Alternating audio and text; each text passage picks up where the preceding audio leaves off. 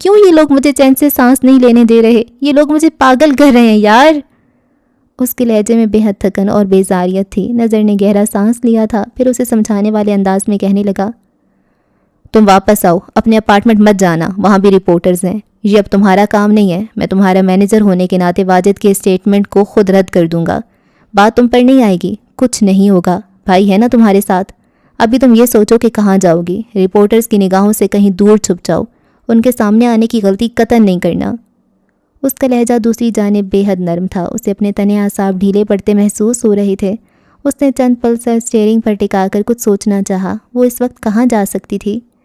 یکدم ہی خیال آیا تو وہ چونکی، پھر سیدھی ہو گئی، نظر کو جلدی جلدی خدا حافظ کہا اور پھر ایک نمبر ڈائل کرنے لگی۔ چند پل گھنٹی بجتی رہی، اگلے ہی پل فون اٹھا لیا گیا تھا۔ ساحر کی بھاری لیکن سنجیدہ آواز دوسری جانب ابھری تھی۔ ساحر، مجھے ارمان کا نمبر دو، جو یاسر کا دوست ہے، جلدی۔ Okay madam. اس نے فون رکھا اور پھر ایک پیغام اس کے موبائل پر ابھرا۔ ساحر نے اسے ارمان کا نمبر بھیج دیا تھا۔ اس نے اگلا پل ضائع کیے بغیر ارمان کو فون ملایا، پھر بے چینی سے اسٹیئرنگ پر ناخن سے کھرچتی رہی۔ چند گھنٹیوں کے بعد ارمان کی مصروف سی آواز ابھری تھی۔ ہیلو ارمان، میں سیلینا ہوں، کیا آپ میری مدد کر سکتے ہیں؟ کیسی مدد؟ وہ دوسری جانب جیسے حیران ہوا تھا۔ اس نے کار کے شیشے سے لمحے بھر کو باہر دیکھا تھا، چلتی پھرتی گاڑیاں، مصروف سی شاہراہ۔ دیکھیں، واجد کی جھوٹی بکواس تو آپ سن ہی چکے ہوں گے، اس لیے رپورٹرز کی وجہ سے میں گھر نہیں جا سکتی، سائرہ کے پاس بھی نہیں جا سکتی۔ وہ مشہور میک اپ آرٹسٹ ہے، اس کے گھر ایکٹریسز کا آنا جانا رہتا ہے، اور ابھی تو وہ ہے بھی خاصی مصروف، اس لیے ایسے میں آپ کا گھر سب سے زیادہ محفوظ جگہ ہے۔ آپ جاسوس ہیں، آپ پر تو کوئی شک بھی نہیں کرے گا۔ اور دوسری جانب وہ اس کی عزلت میں دیے گئے حوالے پر بس مسکرا کر رہ گیا تھا، پھر سر اس بات میں ہلایا۔ اوکے، میں آپ کو ایڈریس بھیج دیتا ہوں، آپ وہاں چلی جائیں، گھر کے باہر سے آپ کو اندر تک سیکیورٹی گارڈ لے جائے گا، میں اسے سمجھا دوں گا۔ اوہ تھینک یو سو مچ۔ اس کی آنکھوں میں شکر گزاری کے باعث آنسو سے آ گئے تھے۔ اگر دنیا میں واجد اور اس سائیکو پیتھ حملہ آور جیسے گھٹیا لوگ تھے تو اسی دنیا میں ارمان اور ساحر جیسے اچھے لوگ بھی تو تھے۔ اور معید، وہ ایک پل کو چونکی، وہ بھی اچھا تھا، لیکن لمحے بھر پہلے وہ اسے معید ہرگز نہیں لگ رہا تھا۔ اس نے ذہن سے اسے جھٹکنے کی کوشش کی تھی۔ نو پرابلم، ارمان نے کہا تو اس نے ایک بار پھر اس کا شکریہ ادا کیا اور فون کان سے ہٹا لیا، پھر اس کے بھیجے گئے ایڈریس کو دھیان سے پڑھا اور گاڑی گھمائی۔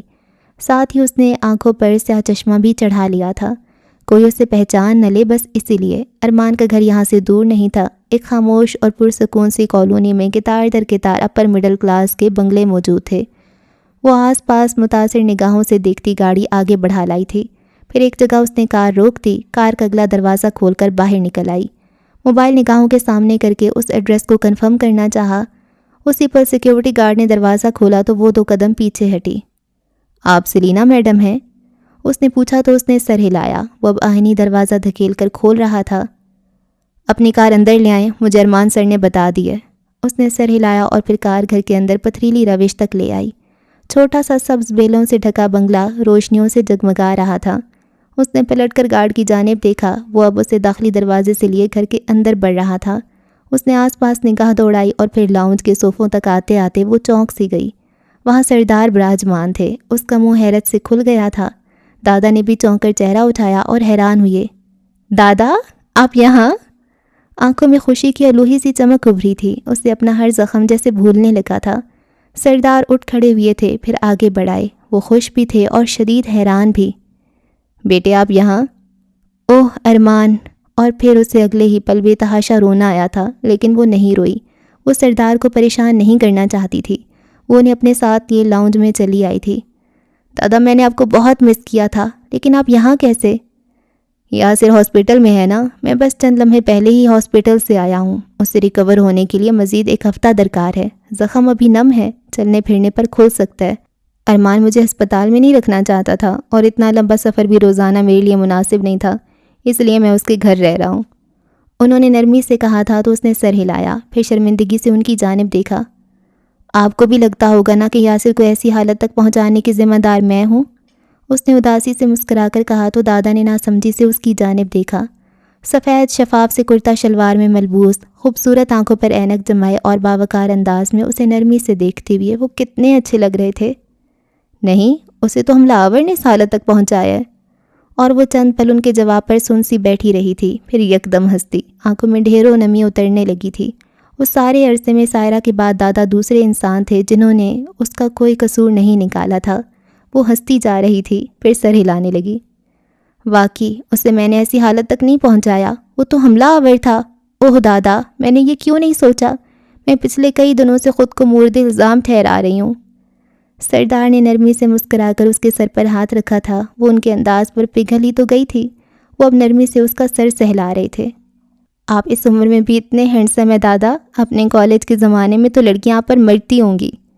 اور اس کے یکدم کہنے پر وہ بے ساختہ ہنس دیے تھے، بالکل بچوں کی طرح۔ بالکل، یاسر کی دادی آخری عمر تک میرے آس پاس موجود خواتین سے جیلس تھیں۔ میں انہیں بارہا سمجھاتا تھا کہ بیگم مجھے آپ کے علاوہ کسی میں دلچسپی نہیں، لیکن وہ کہا کرتی تھیں آپ کا کیا بھروسہ، ایک تو مرد ہیں، اوپر سے انگریزی ادب پڑھتے ہیں۔ آخر میں وہ دونوں ہی کھلکھلا کر ہنس دیے تھے۔ دادی کا قصور نہیں تھا، بعض لوگوں کو بس اتنا ہینڈسم نہیں ہونا چاہیے۔ سرمئی آنکھوں والا گارڈ یاد آیا تھا اسے اس سمے۔ اس نے سر جھٹکا تھا، چند پل خاموشی چھائی رہی، اگلے ہی پل دادا کی مغموم سی آواز ابھری۔ میں نے واجد کی پریس کانفرنس دیکھی بچے، وہ جھوٹ بول رہا ہے نا؟ جی دادا، وہ بکواس کر رہا ہے۔ اللہ سب بہتر کرنے والا ہے، میں دعا کروں گا۔ اس نے انہیں محبت بھری نظروں سے دیکھا تھا۔ جی دادا، میرے لیے بہت دعائیں کیجیے گا، مجھے دعاؤں کی بہت ضرورت ہے۔ اسی پل دوسری جانب سائرہ مسلسل سلینا کا نمبر ڈائل کر رہی تھی، لیکن جواب ندارد۔ اس نے جھنجھلا کر فون ہی بند کر دیا تھا۔ پھر یکدم کسی کے کار ساتھ روکنے پر ڈر کر 2 قدم پیچھے ہٹی تھی، اگلے ہی پل آنے والے کو خونخوار نگاہوں سے دیکھا۔ سلینا میرے گھر ہیں، کیا آپ چلنا چاہیں گی؟ ارمان تھا، شیشے سے جھکا کہہ رہا تھا، اس کے ماتھے پر بل ابھرے تھے۔ اور وہ کیوں جانے لگی آپ کے گھر؟ کیونکہ انہیں لگتا ہے کہ جاسوسوں کا گھر ایک محفوظ پناہ گاہ ہوتی ہے۔ میں ان کی ایسی خوش فہمی کو دور کرنے کے حق میں بالکل بھی نہیں ہوں ویسے۔